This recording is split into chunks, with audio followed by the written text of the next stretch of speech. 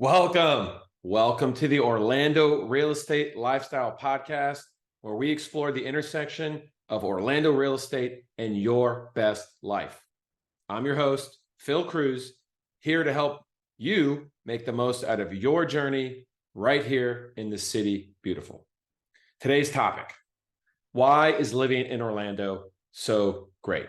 If you know me, you know I'm a huge Orlando advocate. And if you aren't already, I have a feeling by the end of this podcast, you will be. Number one, the economy. Okay. Believe it or not, Orlando, the state of Florida in general, and Orlando has an extremely good and diverse economy.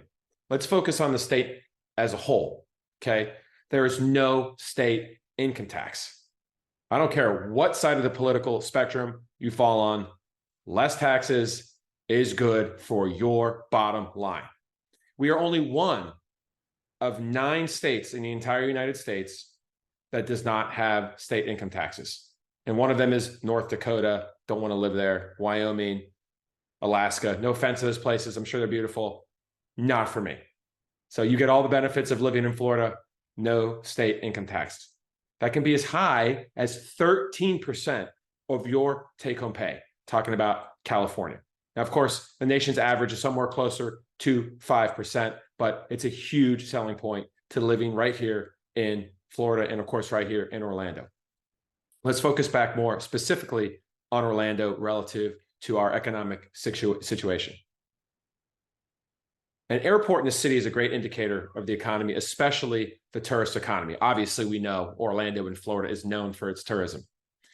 We have the largest airport in the state of Florida, bigger than Miami. And I'm talking about flights and square footage or square miles, people. We have a huge airport. It's the best. We just opened up a new terminal, Terminal C, dedicated to international travel. And actually, they've added some domestic flights there too. Bottom line is it's only going to grow.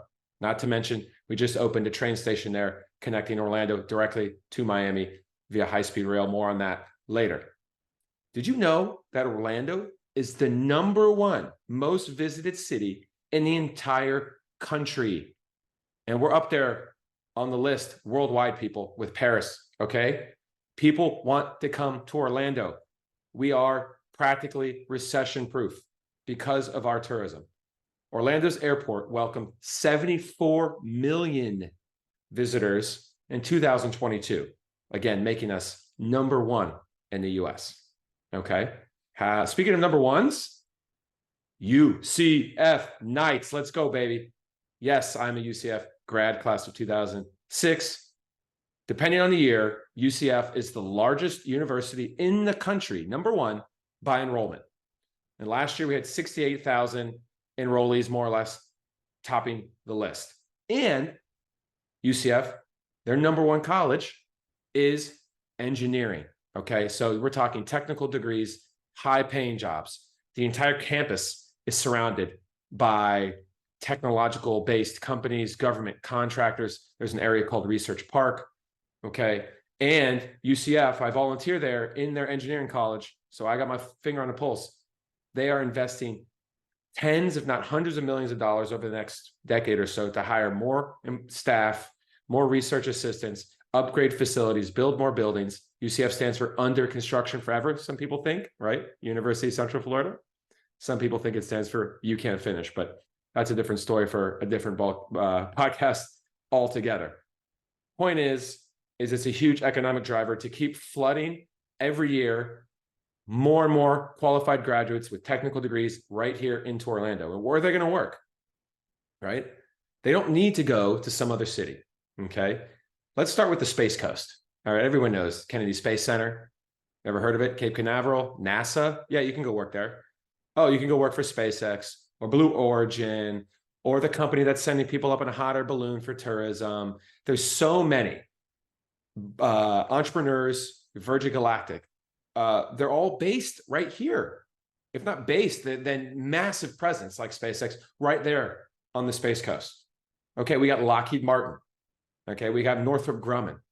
These are 2 of the largest government contractors for aerospace, military weapons, things of that nature, systems, technology. Lockheed has their headquarters here. Speaking of headquarters, Darden. Okay, the largest restaurant company in the country, bang, headquartered right here in Orlando. And oh, by the way, there's the Darden School of Hospitality Management, UCF, located on Disney property. Okay. Oh, I didn't mention Disney, didn't I? Did I? Largest employer in the state. Okay. Disney was going to move their entire headquarters from California, bringing 2,000 employees here. The political situation got all jacked up. We all know about it. Bottom line is that could still be coming. All right. It makes nothing but sense. But Disney is massive. Disney stands alone out of all those companies as of all the things I said. It's probably the number one economic driver for our whole region, let alone just Orlando. Now, let's shift gears here. Number two, probably should be number one, but I wanted to focus on the economy, is our weather, people. We live in Florida. Everyone wants to come here. They want a vacation here. Okay, they want to enjoy our sandy beaches, our cold spring-fed lakes and rivers. We have the best weather in the country, minus maybe some parts in California. Okay, but then you got the 13% income tax. I am biased. All right, Florida's the bomb. All right, Orlando's the bomb. Now, this is the point. Orlando is centrally located in the state, okay? So we're very close to both the East Coast and West Coast beaches. You're only an hour from Cocoa Beach, which is where my parents live. I'm there all the time. You're only an hour and a half from Tampa, St. Pete, Clearwater, all the sugar sand, quartz beaches that actually feel cold on your feet. You're right there. Now, I grew up in Miami, okay? I grew up in Kendall, like real Miami, okay? The coast was close. It still took me an hour to get to South Beach because of traffic, because Miami's crazy, right? So really, we're just as close to the beaches as most major cities, unless you live like right on the beach when you factor in traffic. We have a great road that gets you out there called 528, or the beach line, for obvious reasons, okay? Again, centrally located in the state. So some people get concerned about living in Florida relative to having hurricanes. Of course, I get it. I lived through Hurricane Andrew in 92 in Miami. I lived through Hurricane Charlie here in 2004, which for me was just a big party because I was a college kid renting somebody else's house, but I digress. When a hurricane hits, it clobbers the city that it hits on the coast, mainly due to the storm surge, okay, and the super intense high winds. The second that storm, the eye of the storm gets over land, it weakens dramatically. Just like it strengthens dramatically over warm water, it weakens dramatically when it's not over water, okay? So generally speaking, by the time a hurricane gets inland, even a few miles, 10, 20 miles, it's significantly weaker. I'm talking 1 to 2 categories less than what it was when it made landfall, which is what happened with Charlie. Charlie made a direct hit in Orlando in 2004. It was Cat 5 when it hit. It was Cat 3 when it came through Orlando. So we are insulated from hurricanes, and we're on high ground, okay? So yes, there is some localized flooding, but generally speaking, you're not getting the flooding, certainly not any storm surge, which is the main reason we have flooding with hurricanes. So we are insulated from the severe weather more than really all the other major cities, Jacksonville, Miami, and Tampa, which will also be affected by rising sea levels here in the next 10, 20 years. Not Orlando. We are the best relative to our location. Okay. Obviously, we have epic spring and fall weather. That's not uncommon around the country, certainly, but our fall and spring is more extended, right? Because we have less seasons. We really don't have a winter, right? And our summer can be hot, but it's not as bad as people might think. And the main reason is because we get the cross breeze. We're a peninsula. We got the beach breezes coming from both sides. Our weather is pretty insulated. When it's as hot as it can be all over the country in New York and Chicago and all these cities you think that are supposed to be cool, and they're well over 100, we're still in the low 90s, guys. We don't get out of the low 90s because of the nature of being on a peninsula with the cross breeze. So I mentioned our proximity to the major cities, Tampa, Jacksonville, Miami. All right, we're 2 hours from Jacksonville driving. We're about 3 to 4 hours from Miami driving, and only an hour and a half to Tampa. Okay, we got great interstates running through the area, but let's focus on the train, the Brightline high-speed rail that's already connected and operational as of this recording, connecting Miami to Orlando, or should I say Orlando to Miami, in 3 hours. That's an express trip, no stops. Okay, you can do work, you can sleep, you can go to the beverage car. It's probably where I'd be. Eat some lunch, take the kids. You don't have to drive. It's super safe. You know, driving is the most dangerous thing we do. Bang, now we can get on the train, Go check out the World Cup in 2026 in Miami. Come back. The train's huge. And oh, by the way, Brightline is going to connect. It's happening to Tampa.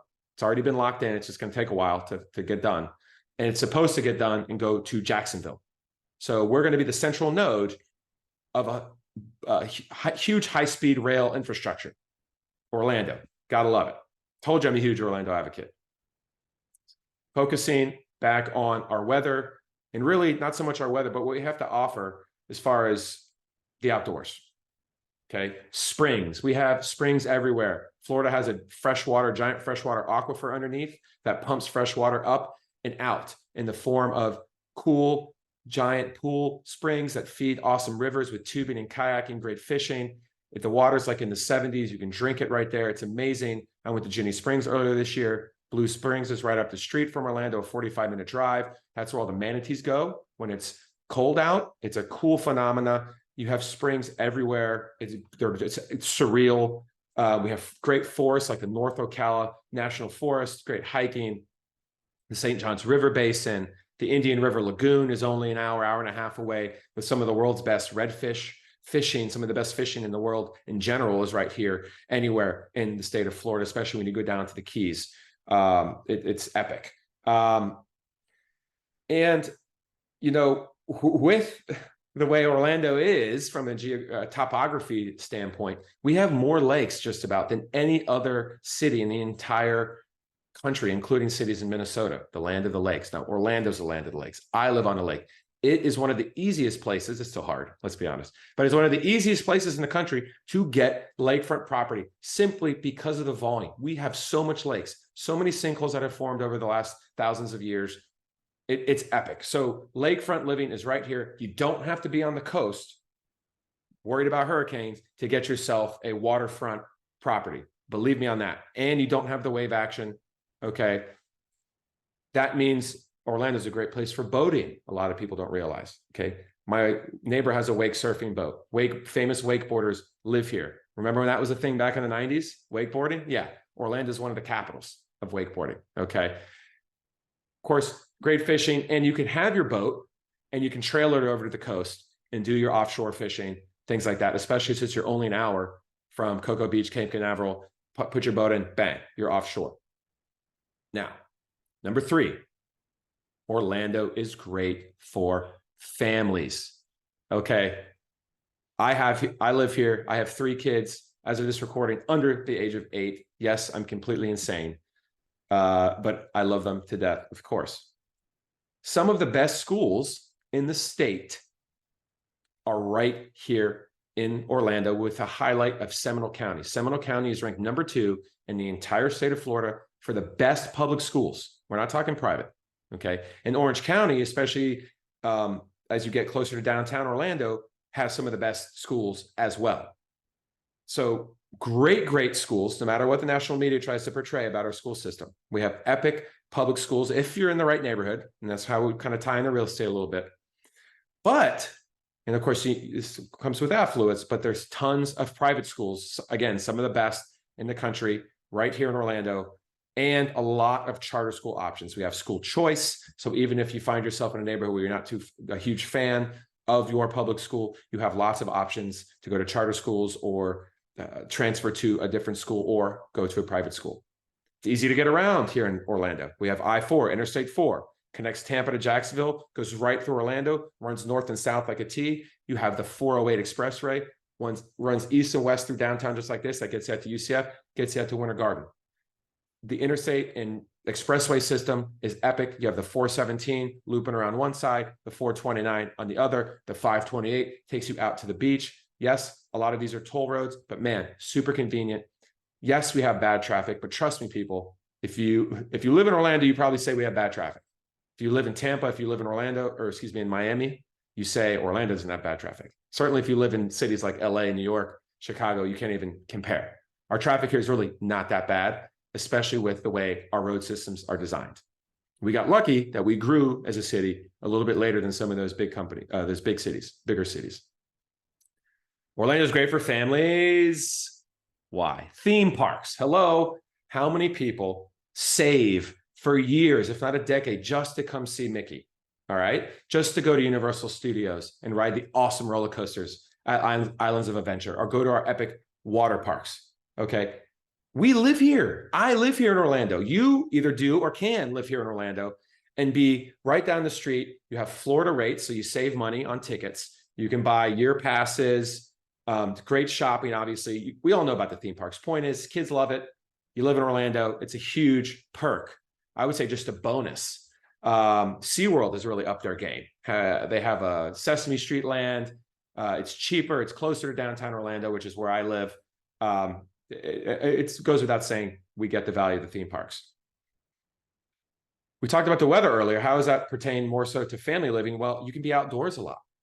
I, for one, don't want my kids on iPads and watching TV all the time. More on that on a different podcast. So when the weather is generally good and not cold and not full of snow and slush, get your kids outside, right? Outdoor sports year round, okay? Parks everywhere, okay? Playgrounds outside everywhere, shaded, all right? We need the shade in the summer, don't get me wrong. Lots of shade. We have tons of oak trees, okay? Live oaks that grow for 200, 300, 400 years are everywhere in Orlando. If you go on a rooftop in downtown Orlando and just look in any direction, all you see is green. It's gorgeous, okay? You can introduce your kids to nature that way. There's lots of areas to camp around here. We're surrounded by state and national forests within 1 to 2 hour forests. Within 1 or 2 hours drive, go camping. I just love being outdoors with my kids. I talk to you about the lakes, tons of nature. Don't need to be worried about the gators. Although if you don't live in Orlando, you would probably disagree. I get it. Culture. All right, a lot of people don't realize Orlando is a super diverse city with tons of culture. Let's focus more towards where I live, what I call real Orlando, and less so about the parks. You got the Dr. Phillips Center for the Performing Arts. It's relatively new. It is gorgeous, people. They're expanding it. We get all the major Broadway musicals and plays, and lots of musicians there. And it's just an awesome cultural center right in the middle of downtown. You have the Orlando Philharmonic. You have the Orlando Ballet. You have tons of music venues. More so for the kids, too, you have the Orlando Science Center. All right, it's one of the best science centers in the country, in my opinion. I've had people tell me that coming from out of town, they say, we bring our kids to the Orlando Science Center. It is awesome. I take my kids there all the time, especially on a rainy day. Great family rate. You could pay something like $125 for your entire family year round. Kids are free, so it's basically you as the adults. It's pretty cool. A thriving music scene. Tons of underground music bars everywhere. All kinds of little walkable pockets, sub-neighborhoods here in Orlando. You got the Milk District. You got the Hourglass District. You got the Soto area. You got Mills 50. You got like Park Avenue and Winter Park. You got old downtown Winter Garden. Breweries everywhere. I mean, I can go on and on. The culinary scene, okay? The Michelin star folks came in, the folks that rate the restaurants, and they recently gave a bunch of restaurants here in Orlando Michelin stars. If you're a foodie, Orlando's the right place for you. Yes, most of the Michelin star rated restaurants happen to be over in kind of the Disney-ish main tourist area, but they have another classification called Bib Gourmand, which is basically honorable mention. And we have a ton of independently owned, chef-owned and operated Bib Gourmand rated restaurants within, 10, 15 minutes of where I live, which is more or less downtown, and surrounded by a young, hip nightlife, music, walkability. It is awesome. Great, great culture. A lot of people don't realize. We have a great sports atmosphere. Orlando City Soccer is doing well right now. Huge soccer scene in Orlando. It's so much fun to go to the games with a dedicated soccer stadium that was designed by Europeans, where they sunk the stadium down, keeps all the noise in. You got the Orlando Magic, the Orlando Solar Bears. It's just a fun sports town. Yes, we need a championship, please. But it's a lot of fun and a great city for it. Super diverse city. I mentioned it. I mean, a huge LGBTQ community, and just a very safe and welcoming environment. So many nice people. Everyone makes eye contact, says hi, helps you out. It's just a warm, inviting place to be and live on a daily basis, no matter where you are in the city, just walking around and making eye contact and meeting your neighbors. It's a melting pot. We're in Florida, right? A lot of people think melting pot, they think Miami, right? We've got that too. We got tons of Brazilians. My wife's Brazilian. Okay, fun fact. We have Latinos all over the place. that have just moved here over the years due to our proximity, obviously, to South and Central America. And we get all the fun culture that comes with that, the parties, the music, the food. It's great to have a melting pot. I, for one, think that raising your kids in a diverse environment is awesome. This is a truly global world that we live in. And the more you can expose your children to other cultures, the better. Orlando is great for that. Low crime. A lot of people don't realize that Orlando has one of the lower crime rates of major cities in the country. And hospitals. We have two of the largest hospital chains in the country right here in Orlando, Advent Health and Orlando Regional Medical Center. Everywhere is a hospital. You're never far from an emergency room. And I'd like to highlight specifically with ORMC, Orlando Regional Medical. Right in downtown, you have arguably the best women and babies hospital in the entire world or country at Winnie Palmer. And then right next door is Arnold Palmer. Again, one of the most highly rated children's hospital in the state of Florida. If you don't love Orlando, if you don't want to live in Orlando, or you're thinking about moving away from Orlando, I have a feeling you have a different opinion after today's podcast. And listen, while you're here, hook me up with a review or leave a comment. And of course, follow me everywhere at Phil Cruz, Orlando Realtor. Again, that's Cruz with a K. Okay. Pesky Germans. Your best life in Orlando is within reach. Keep embracing every moment, guys. Cheers.